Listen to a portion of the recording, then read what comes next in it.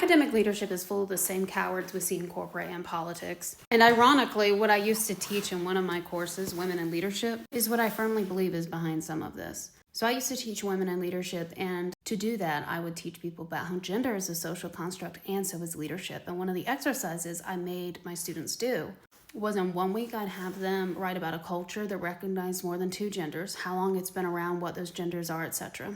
There are many cultures to choose from, and they'd always find something that I'd never even heard of after doing this for years. And I'd also make them write an assignment on an animal in the animal kingdom that has more than 2 sexes. And the reason I did that very early in the course, was because I was raised very homophobic and transphobic and under a lot of deeply religious ideas.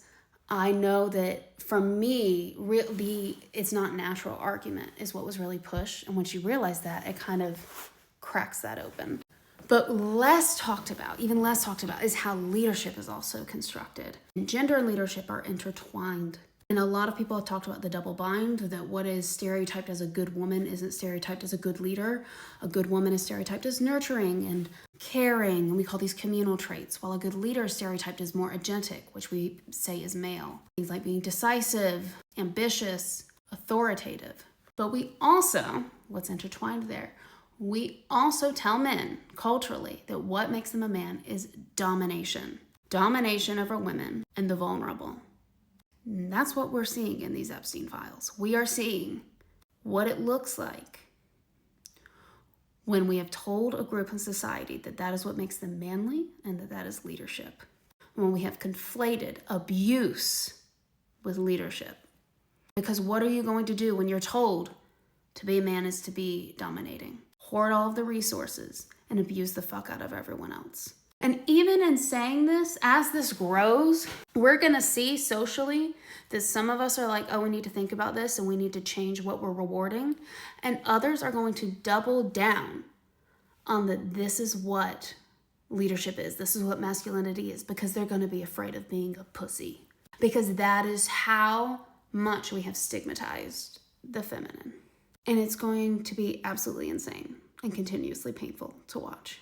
It's already pretty bad. I mean, going through those files is trauma by proxy. This is why consent is such a big deal. This is why having people with empathy is such a big deal. Because what distinguishes people who are manipulators from people who are good communicators is very often empathy. Because both require knowing what other people care about, but people manipulating versus people seeing what others' concerns are and responding to them is empathy.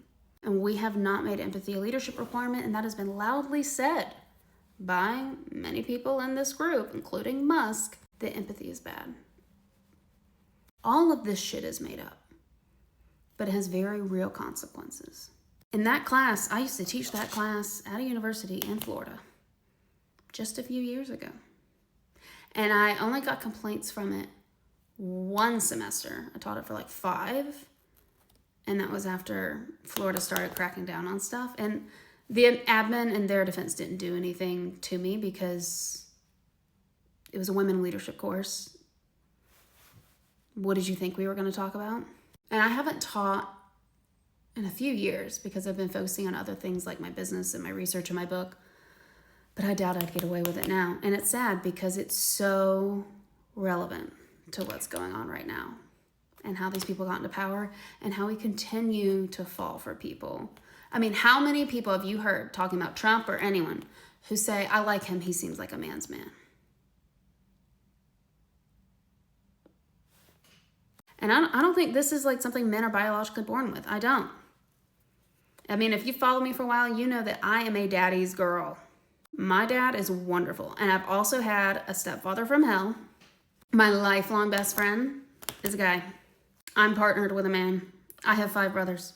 And like almost every other woman, I've also had abusive interactions with men. It's not biological. It's cultural. The difference between someone who becomes a tyrant and someone who's just whining in YouTube comments is if people follow them. Your attention right now is very sought after and important.